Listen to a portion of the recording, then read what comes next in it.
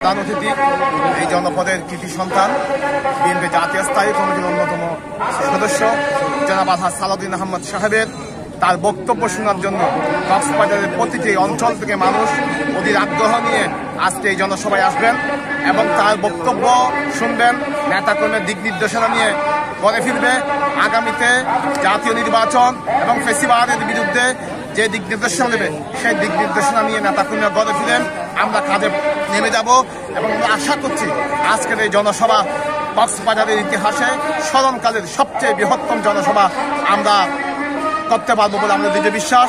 এবং ইতিমধ্যেই আমাদের সমস্ত নেতাকর্মীরা মাঠে আসা শুরু করেছে। আমরা আশা করছি অত্যন্ত শান্তিপূর্ণ এবং পিসফুল একটি জনসমাবেশ আমরা সফল করতে সক্ষম হবো বলে আমাদের দৃঢ় বিশ্বাস। ধন্যবাদ সবাই।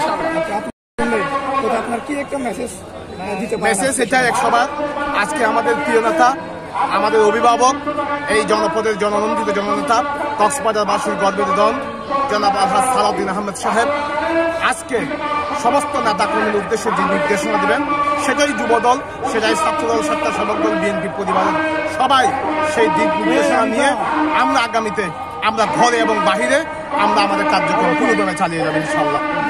এবং যুবদলের নেতাকর্মীরাও আমাদের প্রিয় নেতাদেরকে যে মেসেজটা পাবে সেই মেসেজ আমরা আগামীতে মেসেজ নিয়ে আমরা ঘরে বাইরে আমরা কাজে নেমে যাবো ইনশাল্লাহ। ধন্যবাদ। এটাই এক সভা, আজকে আমাদের প্রিয় নেতা, আমাদের অভিভাবক, এই জনপদের জননন্দিত জননেতা, কক্সবাজারবাসীর গর্বের ধন জনাব আলহাজ সালাউদ্দিন আহমদ সাহেব আজকে সমস্ত নেতাকর্মীর উদ্দেশ্যে যে নির্দেশনা দেবেন সেটাই যুবদল, সেটাই ছাত্রদল, স্বেচ্ছাসেবক দল, বিএনপি পরিবারের সবাই সেই দিক নির্দেশনা নিয়ে আমরা আগামীতে আমরা ঘরে এবং বাহিরে আমরা আমাদের কার্যক্রম পুরোদমে চালিয়ে যাবো ইনশাল্লাহ।